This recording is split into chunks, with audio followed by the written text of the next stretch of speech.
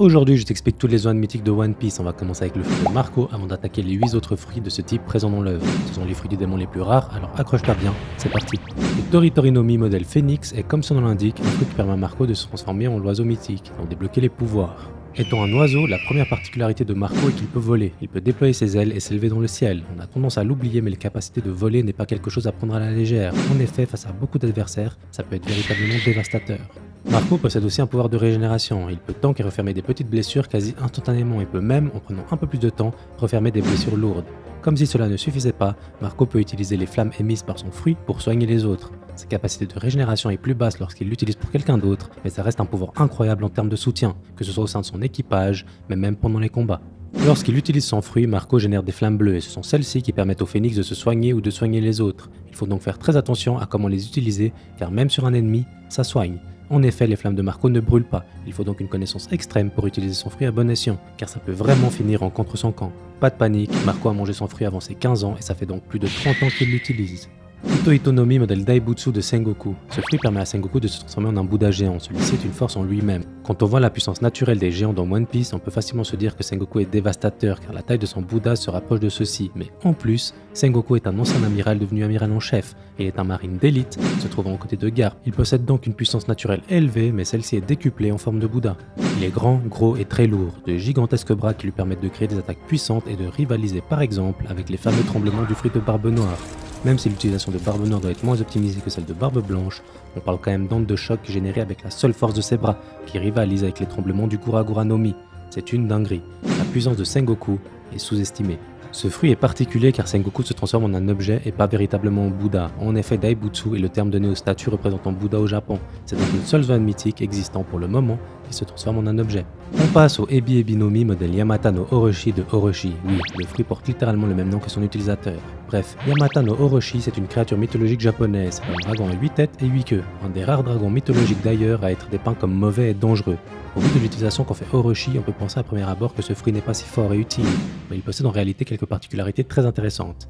Déjà, 8 têtes simultanées qui peuvent se mouvoir comme bon leur semble, ça permet de couvrir et d'attaquer tous les angles possibles, un véritable point fort dans l'utilisation de ce fruit. En termes de capacité, chaque gueule de dragon peut attraper une personne de taille normale, même si ça paraît pas si fou, je trouve personnellement que bien utilisé ça peut être véritablement dévastateur, surtout quand on voit la tête de la créature mythologique. Au-delà du potentiel offensif, ce fruit a le pouvoir de faire pousser jusqu'à 8 têtes indépendantes et il faut toutes les couper si tu veux le vaincre. Si t'en coupes 7 sur 8, eh bien c'est raté, il ne meurt pas et pourra en repousser. C'est comme si Orochi avait plusieurs vies, une particularité digne d'un zoan mythique. On reste sur Wano car on attaque le fruit de Yamato, le Inu Inu no Mi modèle Okushi no Makami. Avant de t'expliquer ce fruit, il est important de poser une base. C'est un fruit inspiré du loup d'Honshu, une espèce éteinte de loup qui vivent au Japon et qui était considéré comme protecteur des humains. Ce loup dans One Piece est la divinité protectrice du pays des Wa. C'est donc un des zoans mythiques et plus largement un des fruits du démon les plus précieux de l'œuvre entière.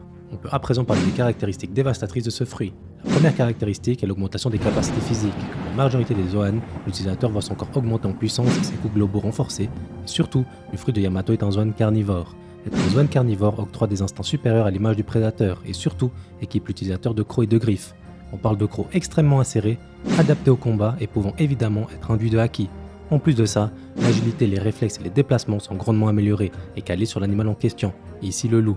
Autant te dire que ce fruit porte bien son titre d'un des plus précieux. Pour finir sur les capacités de ce fruit, Yamato peut, comme son père, tirer un souffle de sa gueule lorsqu'elle est transformée, plus précisément un souffle glacé, contrebalançant donc parfaitement son papounet qui tire du feu. Petite anecdote, au Japon le loup de Honshu était vénéré comme une bête sacrée dans la province de Yamato. Ito Ito no Mi modèle Onyudo qui a été mangé par Onimaru, encore un fruit de l'humain. Celui-ci te permet de te transformer en Onyudo, une créature surnaturelle qu'on nomme Yokai, qui porte la forme d'un moine géant. On dit de cet esprit ou démon qu'il est matérialisé à partir de renards dans le but de défendre quelque chose. Comme la légende le veut, dans One Piece, c'est un renard qui possède ce fruit et donc colle parfaitement au lore du pays. Et plus que ça, il se transforme en un moine géant. Onyudo veut littéralement dire moine géant. La boucle est bouclée.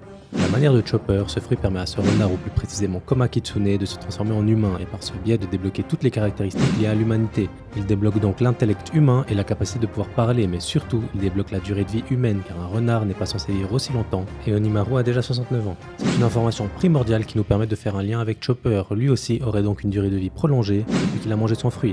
En termes de puissance, ce fruit octroie à Onimaru une puissance similaire à Zoro au début de Wano. Il a pu égaler sa force, son agilité et même sa vitesse. Finissons avec les fruits mythiques sur Wano avec le Uo Uo no Mi modèle Seiryu de Kaido, le fruit du poisson modèle Dragon Azur. Oui, Kaido possède en réalité un fruit du démon de poisson, mais le mythe dont découle ce fruit est très stylé. Selon la légende, quelque part en Chine existerait une cascade particulière, elle se nomme Porte du Dragon. On dit de cette cascade que l'eau s'y trouvant s'abat plus vite qu'une flèche tirée par un archer d'élite. Cette cascade est très prisée par les carpes qui essayent de la remonter, mais seules les plus vaillantes arrivent à la franchir et finalement à traverser cette cascade.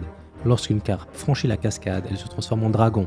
C'est de ce mythe que naît le fruit de Kaido, mais surtout Magikarp et Léviator dans Pokémon. Est-ce qu'on peut dire que Kaido est le Léviator de One Piece? Assez parlé de la légende, parlons de ce fruit mythique. Ce fruit permet à Kaido de se transformer en un dragon azur gigantesque et de recevoir les propriétés et les écailles qui augmentent sa résistance, la puissance multipliée due à la créature mythique, mais surtout la capacité de voler et de pouvoir cracher du feu. C'est un des fruits mythiques les plus complets qu'on ait pu voir et il est véritablement dévastateur. Par exemple, quand je te dis qu'il est gigantesque en dragon, c'est environ la taille d'une ville entière. Un simple rugissement suffit à détruire des bâtiments et son souffle de feu peut calciner les ruines d'un château instantanément. Kaido a développé son fruit de manière à le sublimer et on sent qu'il a cherché à le maîtriser. Quand on voit la maîtrise de Momonosuke, on sent toute l'expérience dans celle de Kaido. On passe à l'équipage de Barbe Noire avec le Uma Uma no Mi modèle Pégase de Stronger, le cheval de Dokkyu. Celui-ci est particulier car c'est un fruit du cheval et Stronger en était déjà un. Il n'a donc aucune modification physique si ce n'est les ailes qui représentent ce cheval mythique ailé. En plus, ça ne semble pas si puissant car Stronger ne peut pas prendre plus d'une personne sur son dos. C'est tout ce qu'on sait sur le fruit de Stronger, mais ça reste un Zoan mythique et ça m'intrigue. Alors j'ai fouillé dans la mythologie autour des Pégases. Voici ce que j'ai trouvé. Les Pégases sont reliés à la sagesse et au savoir en Grèce et gravitent autour de ces pôles, mais possèdent aussi certains mythes proches de l'Asie, notamment liés aux orages. Et ça c'est intéressant, un animal porteur d'éclairs descendant du ciel. D'ailleurs, même en Grèce, Pégase finit par monter au ciel et se mettre au service de Zeus, qui le charge d'apporter les éclairs et le tonnerre sur l'Olympe. Deux liens similaires qui présagent peut-être que Stronger se mette à nous sortir des éclairs. Aussi, Pégase est associé à la rapidité. Même si Stronger n'a pas l'air très rapide, il ne faut pas se fier aux apparences. On enchaîne avec le Inu Inu no Mi modèle Kyuubi no Kitsune de Katarina Devon. Grâce à Naruto, on connaît tous la légende mythologique du renard à 9 queues. Penchons-nous sur la capacité emblématique de ce fruit. Déjà, comme Yamato, c'est un zoan carnivore et même si on n'a pas encore vu ses capacités offensives, on peut estimer que ce fruit apporte une certaine puissance due à son statut.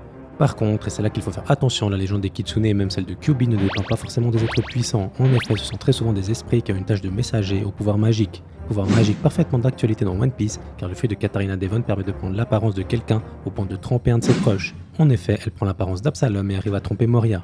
Le fruit de Bonne Clé existe, mais il ne peut pas reprendre les mimiques d'un personnage dont il vole l'apparence alors que Devon le peut, et c'est indécent au point d'induire en erreur le capitaine de l'apparence qu'elle prend. On ne sait rien d'autre sur son fruit, donc j'ai essayé de réfléchir à ce que pouvait véritablement être le fruit de Devon. Je te fais part d'une de mes théories rapides qui serait qu'elle ne puisse se transformer qu'en personnage décédé, elle peut prendre leur forme et même leur mimique permettant de déstabiliser les ennemis ou même, comme avec Moria qui n'était pas au courant de sa mort, de les tromper. On peut imaginer que dans le futur, elle prend l'apparence de Ace pour que Luffy bégaye ou même celle de Roger face à Shanks. Et c'est ça la clé, même si on ne parle que des personnages morts, son fruit reste dévastateur et je trouve que ce serait bien plus équilibré et intéressant. Les Kitsune et même Kyuubi étant une entité spirituelle, ça ferait sens qu'il y ait un lien de ce type et que ce soit ça le secret de son fruit. On finit avec le clou du spectacle, le Ito Ito no Mi modèle Nika de Monkey D. Luffy. C'est le premier fruit qui est tiré d'une entité mythologique du manga, Nika. Nika est un guerrier légendaire autrefois vénéré comme le dieu du soleil car partout où il passait, il libérait les esclaves et sa plaisanterie donnait le sourire à tout le monde. On ignore si Nika a réellement existé dans l'œuvre, il faut comprendre que ce mythe est l'équivalent dans One Piece de l'existence du phénix ou encore des dragons pour nous. Cela ne m'étonnerait pas d'ailleurs, malgré qu'on en apprenne plus sur Nika que ce mythe en reste un. Parlons des capacités du fruit. Il permet à son utilisateur de se transformer en Nika, un personnage mythologique au corps en caoutchouc et qui surtout, en se battant, donne le sourire aux gens et libère les peuples opprimés. C'est assez flou mais son éveil est la définition parfaite de ce que je viens de t'expliquer. Il ne fait que rire, s'amuse en surpassant Kaido qui, une fois vaincu, libérera le peuple entier de Wano. En plus de faire passer le caoutchouc au rang suprême, la connaissance et le travail de Luffy autour de son fruit paye et il montre un des éveils les plus puissants de l'œuvre. Il arrive à transmettre les caractéristiques de son caoutchouc à tout ce qui l'entoure, rendant Kaido élastique, transformant un éclair en une arme qui est possible d'attraper, ou encore en modelant le sol à sa convenance. Si tu veux en savoir encore plus sur le fruit de Luffy, tu peux retrouver tout de suite ma vidéo sur toutes ces transformations. Et surtout, si t'as aimé cette vidéo, je t'invite à mettre un pouce bleu pour me soutenir et me dire en commentaire quel est ton fruit mythique préféré. Merci pour la force, ciao ciao.